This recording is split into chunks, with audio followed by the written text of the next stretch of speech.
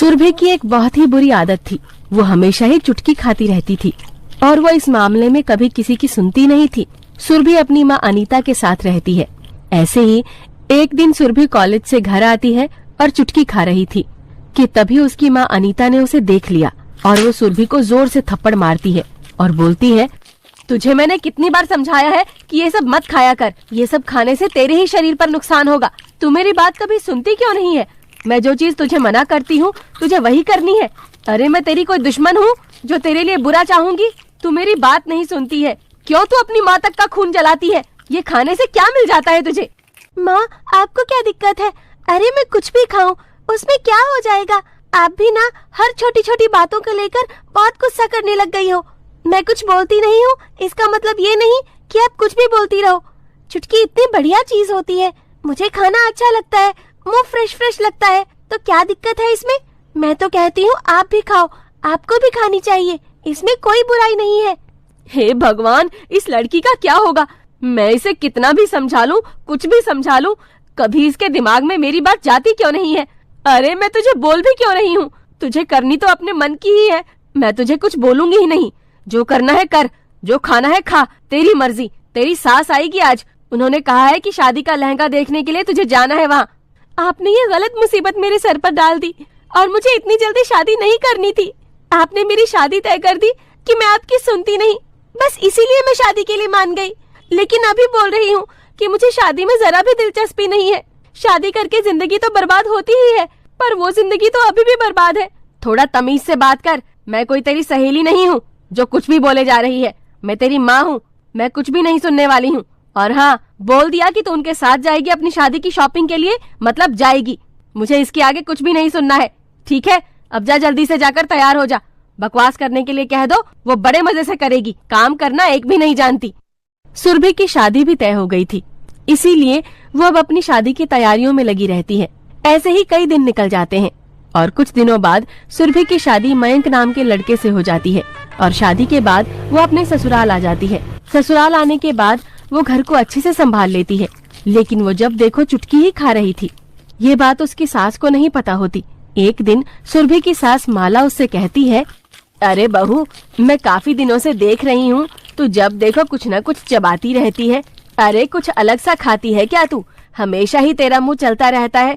मुझे भी बता दे, मैं भी कुछ खा लिया करूँगी। वैसे भी मैं बूढ़ी हो गई हूँ, ज्यादा समय तक मेरे दांत चलने वाले नहीं है। बता क्या खाती रहती है?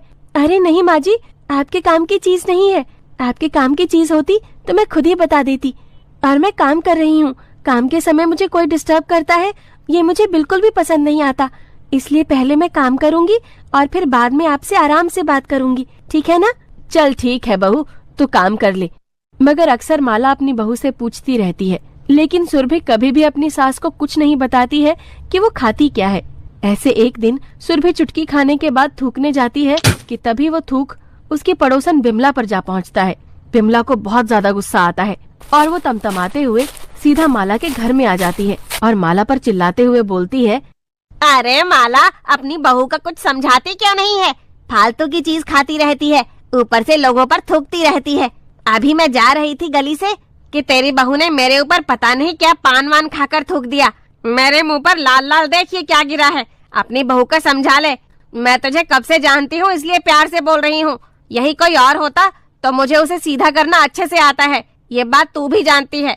अरे मेरी बहू पान वान कुछ नहीं खाती, ऐसी आदतें नहीं है मेरी बहू की। तुझे कोई गलतफहमी हुई होगी, किसी और ने कुछ और खाकर तेरे मुंह पर थूक दिया होगा और तू यहाँ लड़ने आ गई। वैसे भी तुझे लड़ने का बहाना ही चाहिए होता है।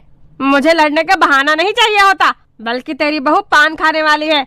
बुला अपनी बहू को और पूछ ले कि मैं सच बोल रही हूँ या झूठ। तभी सुरभि नीचे उतरती है और माला उससे कहती है, अरे बहू, ये बिमला क्या कह रही है? तू पान खा रही थी, ये सच है क्या? माँ जी, आप भी ना किसकी बातें सुन रही हो? अरे खुद खाती होंगी और आपके आगे मेरे ऊपर इल्जाम लगा रही हैं। मैं तो बस ऊपर से कपड़े लेने गई थी सूखे हुए, वही लेकर आई हूँ। इनका जो मन करता है वही बोलती रहती हैं। आप इनकी बातों पर ध्यान न दो, वरना आप उनकी ही सुनती रहोगी और मुझे कोसती रहोगी। मेरी बहू बिल्कुल सही कह रही है, उसकी ऐसी फालतू की आदतें नहीं है। तू ही बढ़ा चढ़ा के यहाँ पर बोलने आ गई। चल जा यहाँ से, काम करने दे। तेरे जैसे हम लोग नहीं है कि फालतू की बहस करते रहें। हमें बहुत काम है। आई बात समझ में? चल जा। सुरभि अपनी पड़ोसन विमला को गलत साबित करके वहाँ से रवाना कर देती है। दिन निकल रहे थे और सुरभि की चुटकी खाने की आदत बढ़ती जा रही थी। चुटकी खाते हुए सुरभि की ननद महक देख लेती है। भाभी, आप चुटकी खा रही हो और जब माँ पूछती है तब आप झूठ बोल देती हो। मुझे यकीन नहीं हो रहा कि सच में मेरी भाभी चुटकी खाने वाली है। भाभी, आपको तो पता है ना कि ये ठीक नहीं होता, फिर आप क्यों खा रही हो? मैं अभी माँ को बताती हूँ कि उनकी बहू चुटकी खाने वाली निकली।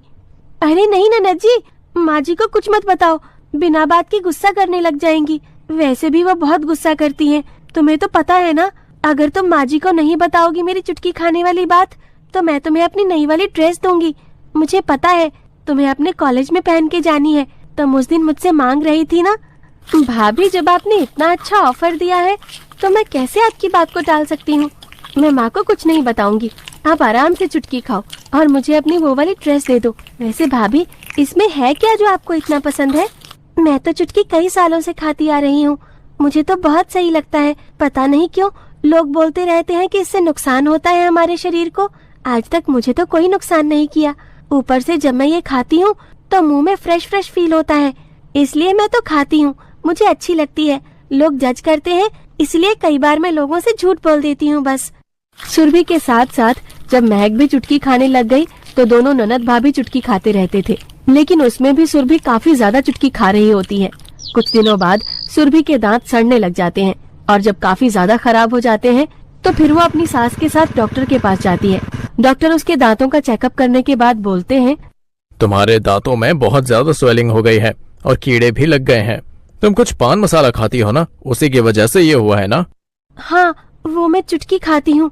बहू, तो चुटकी खाती है? जी हाँ, आपकी बहू चुटकी खाती है और वो भी बहुत ज्यादा मात्रा में, इसलिए उनके दांत सड़ने लगे हैं। अगर अभी भी इन्होंने अपने चुटकी खाने वाली आदत को रोका नहीं तो इनके दांत झड़ जाएंगे, क्योंकि कोई भी चीज एक लिमिट तक ही अच्छी होती है। डॉक्टर की बातें सुनकर सुरभि को अपनी गलती का एहसास होता है, जिसके बाद वो कभी भी चुटकी नहीं खाती है, हमेशा के लिए छोड़ देती है।